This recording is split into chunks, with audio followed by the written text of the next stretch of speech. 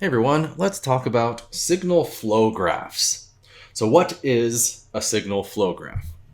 Well, the short answer is kind of the obvious, right? It's pretty self-explanatory. It's a graph that visually depicts the flow of a signal in a microwave network. But the details are really what kind of make this thing special and useful.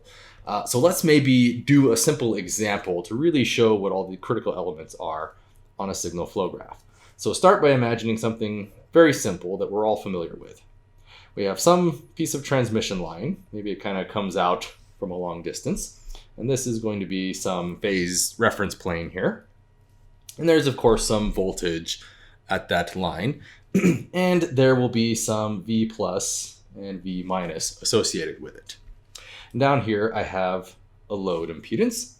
So you can imagine a signal here striking that load and then reflecting back out the other way. So in the language of a signal flow graph, we don't really call this V plus and V minus.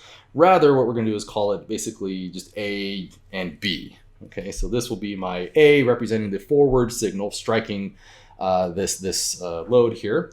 And then here is B, the signal coming back out the other way. So let's translate this now into a signal flow graph.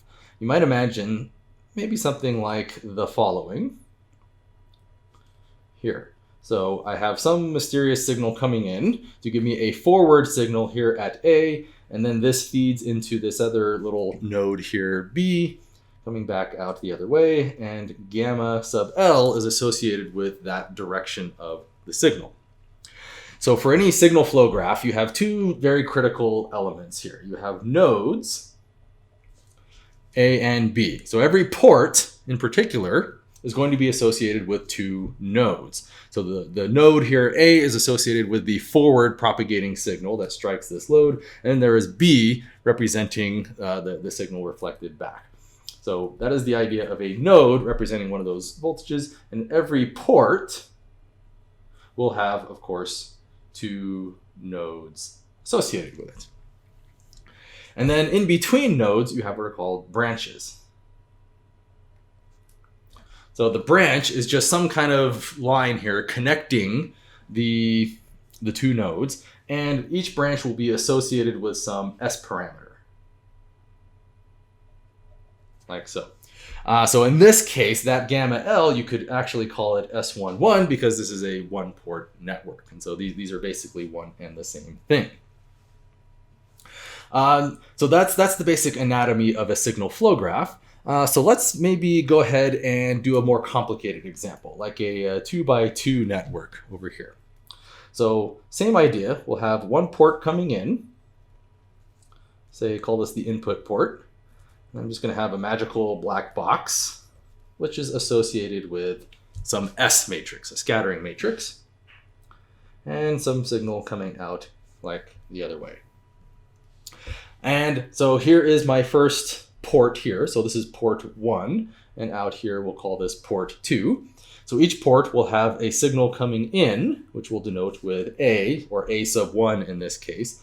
And then there'll be a signal coming back out again, which we'll call B sub 1 for the reflected there.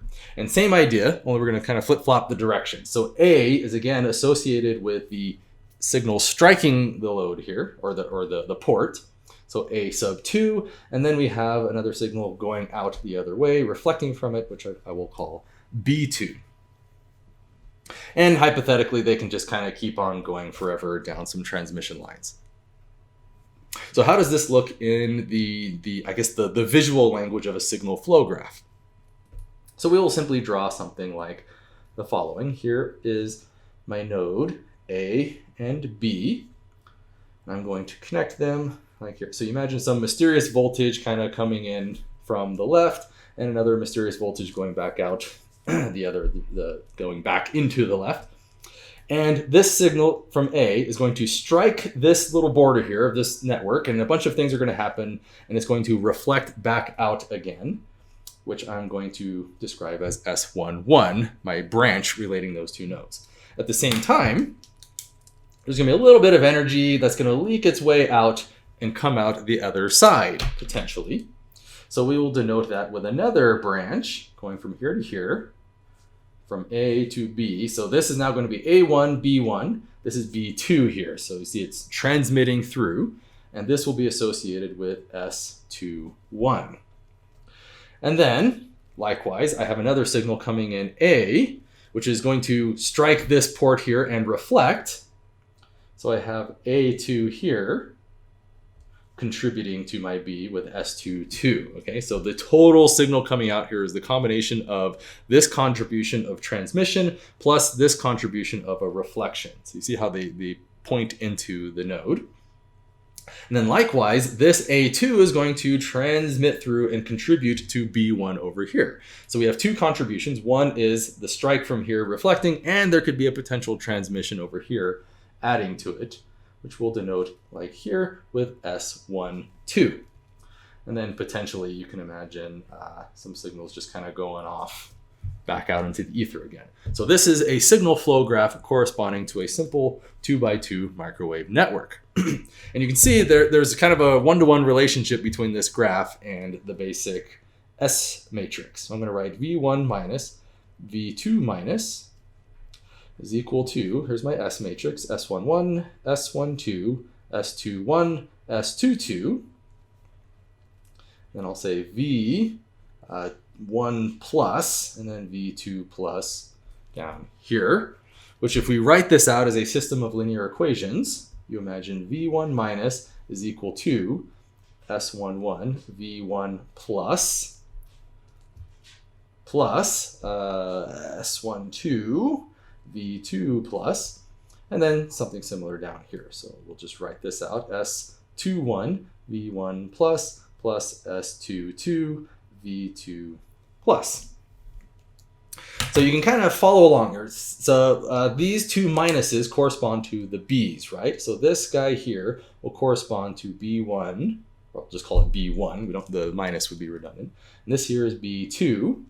These guys here, this represents A1 and A2.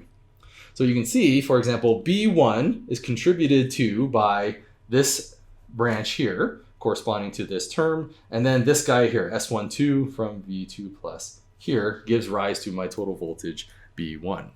And then by a similar argument, you see V2 minus, which is my B2 here. So it's contributed from S21 and S22. So my V1 plus is my A, and then plus this guy over here. But you can also, that's basically it. That's everything you need to know at the end of the day. I've captured all of the relationships in this S parameter matrix in this sort of graphical form over here.